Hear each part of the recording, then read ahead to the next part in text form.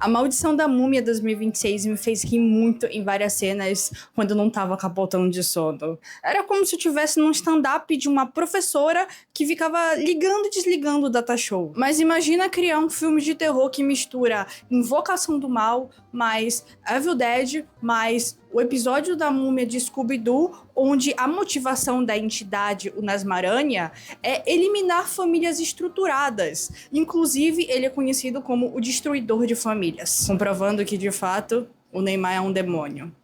E o meu pai também. Mas parando por analisar assim, é uma boa motivação, porque a maldição só vai ser selada de fato nas crianças que não tiveram supervisão dos seus pais. Como a filha do protagonista que foi sequestrada no seu próprio quintal de casa pela feiticeira que a mumifica com a entidade. Esse filme é como se a lei Felca funcionasse de verdade.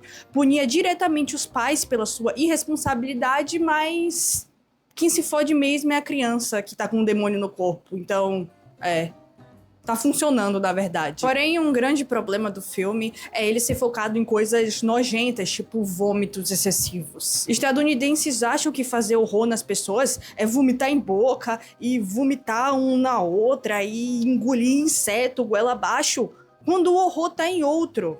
Ver famílias estruturadas. Era mais assustador o pai brincando com seus filhos do que a menina possuída comendo um escorpião, deixando o filme super engraçado porque ela age igual o meu cachorro quando eu tô tentando tirar alguma miséria da boca dele. Mas, antes de tudo, e aí, eu sou Sky, quem já vai deixando logo seu like aí, se inscreve no canal e muito obrigada pelos membros por estar patrocinando este canal. E vamos começar, porque o filme começa até assustador, mostrando uma família sendo feliz. Mas pro meu divertimento, o marido dessa mulher árabe vai ser morto por um acidente causado por essa entidade, porque os dois têm esse trabalho de ficar observando a entidade mumificada para ver se ela não vai acordar e manter o mundo seguro. Mas para infelicidade deles, ela está sim mais acordada do que nunca. Quem protege o inferno nunca dorme, e dá um golpão violento nas correntes que estavam presas ali no sarcófago, agarrando na boca do seu marido e libertando a entidade.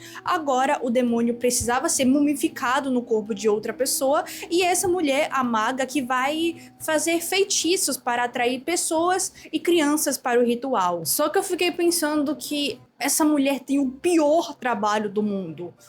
Na verdade, o segundo, porque o primeiro é quem filma pornô. Ela tem uma maldição geracional na família que todo mundo precisa ficar de vigia dessa entidade. E se caso ela escapar, ela precisa matar outras pessoas para selar a entidade no corpo delas e o demônio não matar a sua família primeiro e o mundo todo. Basicamente, essa mulher vai ser tratada como vilã por salvar 8,3 bilhões de pessoas no mundo.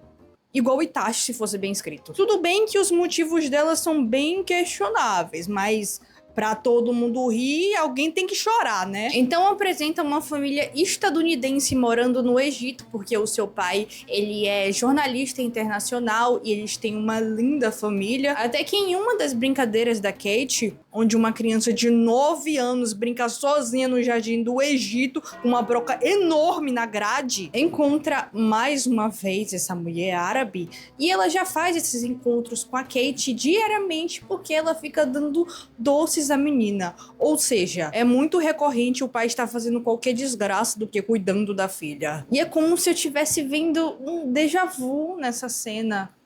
Eu também já larguei minha filha pra ficar conversando no Zap. Aí nessa minha gestão de celular, ele vê vários pacotes de doces espalhados nos brinquedos da Kate e encerra a ligação que ele está.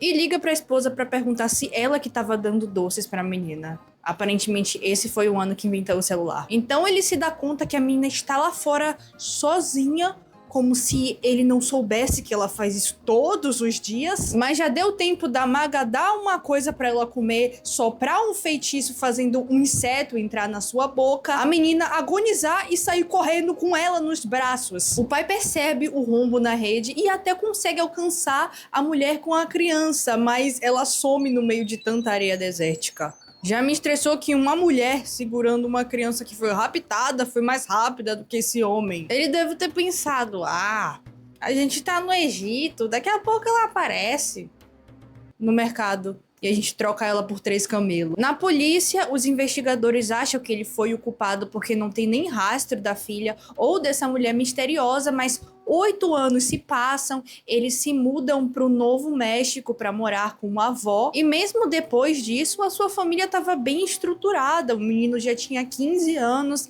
nasceu a outra filha que estava na barriga há 8 anos atrás, e eles viviam bem. Não tanto porque essa nova filha é fã de Taylor Swift. A substituição do técnico matou o time. Só que em um dia qualquer, eles recebem uma ligação dizendo que a sua filha desaparecida foi encontrada.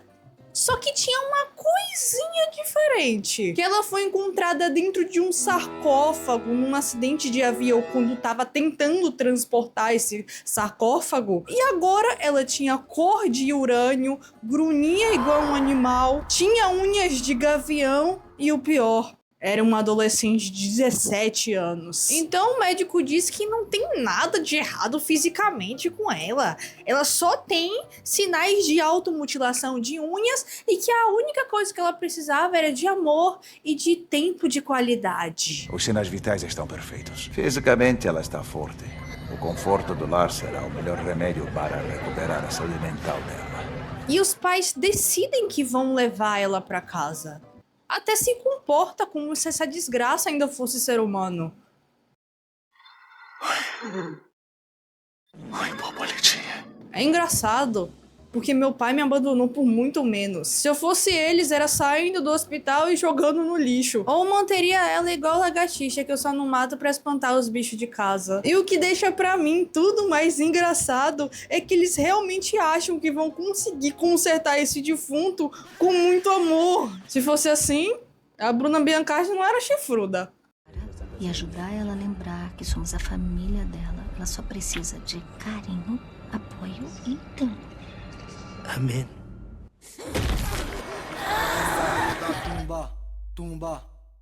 Então eles a levam pra casa e a sua avó começa a rezar pela alma dessa coisa, e a coisa bate na cabeça da véia, começa a levitar, mas é só dar uma injeçãozinha pra coisa melhorar. Afinal de contas, é tudo psicológico e só precisa de um tempo de qualidade pra melhorar.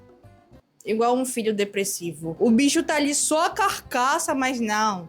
É só cansaço, não. Então, na sua primeira noite, os irmãos percebem um som estranho vindo no porão e os pais vão lá investigar. Mas é só a sua filha de novo correndo atrás de um escorpião pra comer. E mais normal que isso, os dois começam a segurar ela pra ela vomitar o bicho. Essa cena me fez arrancar boas risadas porque eles ainda chamam essa coisa de Kate. Kate. E trata ela como um adolescente, mesmo ela agindo como um animal. Ai, ai. Esses hormônios de 17 anos. Eu também preferiria comer um escorpião do que dividir um quarto com um Swifter. Aí elas tentam fazer o seu cabelo e cortar as suas unhas. Até o demônio tem que ter os seus momentos de autocuidado. Só que a mãe corta a sua unha e vai rasgando até a carne. E é a única cena que eu considero um terror. Logo após desse CGI de lobo super aleatório. Mas lembra desse CGI que ele vai ter um propósito. Eu só não prometo importância. Só que elas estão fazendo o cabelo e as unhas como se fosse mais um dia normal ter uma filha mumificada. E o bagulho é tão comédia que a avó diz essas seguintes frases. Fizeram uma pedicure horrorosa naquele hospital. Dá pra fazer um colar com essas garras. É o tipo de alívio cômico que só alguém que já tá pra entrar na cova junto com essa coisa pode proporcionar. Imagina gastar os seus últimos anos na Terra levando a sério esse negócio. Nada vai me tirar da cabeça que essa mulher está fazendo uma chacota com a cara de todo mundo. Quando ela tenta orar por esse negócio, quando ela tenta desembaraçar os 3 fiapos de manga da cabeça desse negócio. É igual jogar sal grosso em moto que lá na frente vai te desmembrar. Então, depois da mãe ter visto claramente que a unha tava tão braba que teve que sair arrancando toda a pele, o pai sai atrás da filha, que ainda está correndo igual um bicho, e se depara com a cena dela enfiando um graveto dentro da sua carne, já que aquela pele que a mãe tirou eram escrituras antigas, como se fossem parte das bandagens do ritual da múmia incorporadas ao corpo dela. Por isso que a garota sob influência do demônio, começa a arrancar e perfurar sua pele porque ela estava desfazendo o selo que mantinha o demônio preso. E ele finalmente age como se fosse ser humano, mesmo sendo pai, e diz que a filha precisa ir para um lar de pessoas que saibam cuidar dela e que eles não podem ficar lidando com essa pica aí. Agiu como pai mesmo. Mas o mais engraçado é que ele diz isso não por ela estar num estado não humanoide, e sim porque ela estava se automutilando. Eu tô dizendo que o que a nossa filha fez... Eles estão literalmente lidando com a situação em que é só mais um adolescente fã de My Chemical Romance. A mãe recusa a ideia e diz que ele tá tentando se livrar da culpa de ter cuidado mal dela naquele dia. E ele logo rebate jogando a culpa nela também, pelos dias que ela estava presente e ele não. Mas convenhamos, foi culpa dele sim. Se eu sou uma mulher alfa e ainda grávida, que sai pra trabalhar pra um plantão de 12 horas, deixando o seu marido em casa, mexendo no Zap, o mínimo que ele tinha que fazer é não deixar a criança morrer.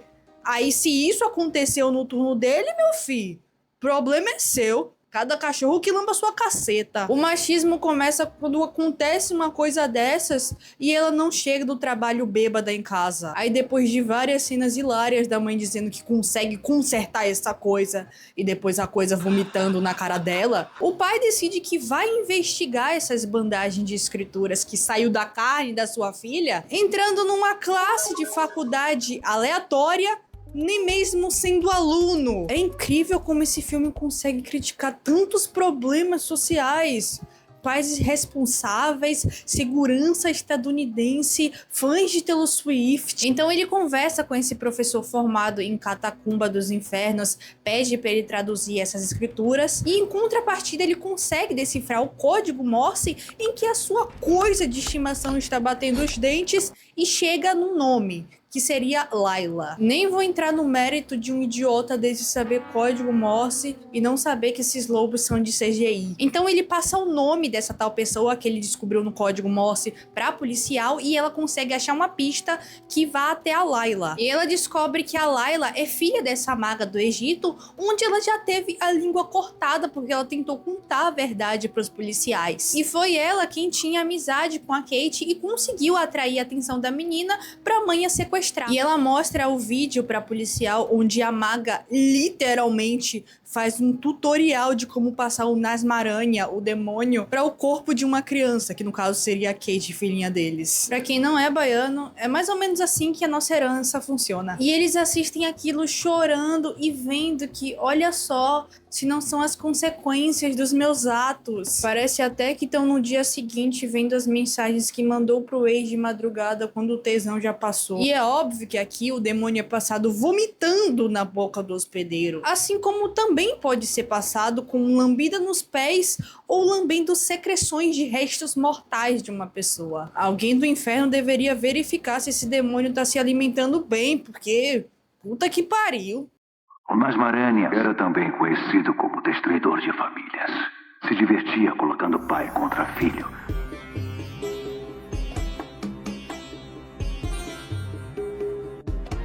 Mas antes deles saberem a verdade toda, voltando na investigação que o pai estava fazendo sozinho, ele descobre pelo professor obcecado em que as escrituras antigas estavam falando sobre o Nasmaranha. E a sua motivação era colocar filhos contra pai e destruir famílias. Todas as pessoas de vilas antigas morreram porque esse demônio colocava cancerígenos no ar. O demônio parou de assolar porque rolava boatos em que as pessoas estavam selando esse demônio em corpo de outras pessoas para salvar todo o restante. E essa prática é feita até nos dias de hoje no filme, mas ninguém sabia se era verdade. Pelo jeito, até uma entidade está sujeita a sofrer painho e chus, coitada. Tiraram a TV Globinho dela para passar Sport TV. Ou melhor, ela foi a única criança que precisou levar o seu próprio corpo para ser sacrificado porque o pai esqueceu de passar na papelaria. Pior que eu meio que me identifiquei com essa entidade. Ela é amargurada, ela é engraçada. Ela possui o corpo da outra filha do casal só pra chamar a professora de piranha cara de rato. É uma piranha com cara de rato. E ainda matou a véia que claramente estava fazendo chacota dela, tentando batizar essa coisa. Tal qual a Igreja Universal tentando curar a Andressa Urach. E quando a véia morre, os coiotes de CGI vão lá comer ela. Era isso. Era isso que eles gastaram a grana do CGI. Eu falei pra não botar expectativa. Enquanto a outra menininha, filha dele, estando na cara que está possuída e xingando e dando o dedo pro seu próprio irmão, o pai mais uma vez negligencia a situação, dizendo que é pro filho não contar pra mãe. Tá eu e essa entidade debaixo da coberta. Eles realizam um funeral em casa pra véia e a menininha que está possuída dá um jeito de puxar um fio da boca da morta e coloca a dentadura da véia na sua boca enquanto a coisa tá perfurando os pisos tentando sair do quarto, mas nenhum dos pais percebem que elas estão fazendo isso. Até porque se tivesse cuidando mesmo, nem filme teria. A menininha teve que ir lá para os pais mostrar a dentadura, porque senão eles não iam ver esta porra. A esse ponto do filme, o Nesmarenha tá fazendo um favor pra essa família. Pelo menos alguém dá atenção pra esses catarrentos. Aí vira uma farofada da menininha quebrando um cara na porrada e a coisa mordendo a véia que tá recebendo a lapiada até hoje, coitada, até morta. E aí é a coisa lambendo seus restos mortais no chão, é véio vomitando em cima de véio. Eu só consigo rir de uma desgraça dessa, porque a única reação do pai a coisa levitando na sua frente, ele fica com esses bagos do zóio aceso. Dizem por aí nesse canal que botou o zoinho. Olha aqui. Você quer vir comer? Quer comer? Voltou pra Tumba. Após esse acontecimento, voltamos para a parte em que a policial vai até a casa deles e mostra a fita da possessão da filha. Então, o único jeito de tirar o demônio do corpo da sua filha é passando o demônio pro corpo de outra pessoa.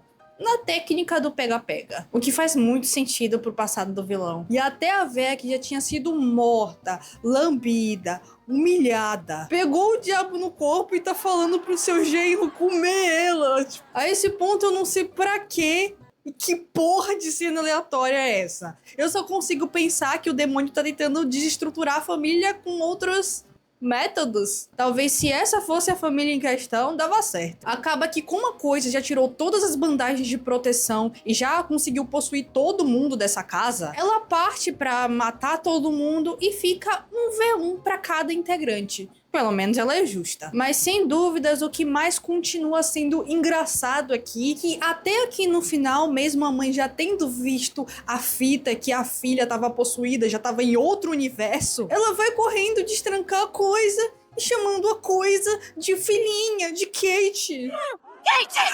Kate! No fim, com muita enrolação, são mais de 2 horas e 10 minutos de filme, coisas sendo vomitadas pela boca e CGI pra arrancar uma mísera pele. O pai decide que vai selar o demônio no corpo dele, a policial dita o ritual voltando a Kate para o seu corpo, e nada mais justo, já que foi no turno dele. Essa sim é uma boa punição pra Lei Felka. Aí um tempinho se passa, o cara é preso no sarcófago que fica no porão de casa e eles ficam se comunicando por batida de dente. O que ele disse? Ele disse que ama a gente. Aqui ele mandou se fuder. Tá bom, eu não vou aguentar mais. E esses psicopatinhas vivem as suas vidas felizes. Uma família feliz, cheia de riso, enquanto o cara tá lá no porão, no sarcófago e amarrado às correntes. É assim que a experiência de ser mulher de preso é que eu não acompanho muito. Mas sem dúvidas a parte mais injusta é quando o plot twist é passar o demônio do corpo do pai pra maga, que já estava cumprindo pena na sua prisão. Essa mulher tentou ajudar sua própria família e o mundo, carregando nas costas o fardo da herança. Ter que trabalhar. Tipo, ela só tava fazendo o seu trabalho. Sendo RH do inferno? Sim, mas ela viu seu marido morrer, cortou a língua da sua filha pra ela não aterrorizar o mundo. Isso eu confesso que foi um pouco intenso, mas eu preferia a minha mãe cortar a minha língua do que um gato comer. E ela ainda não deixou uma pandemia acontecer. Já fez mais coisas do que o nosso ex-presidente. No mundo perfeito, essa mulher é presidente do ECA. Literalmente ECA. Que nojo desse ritual.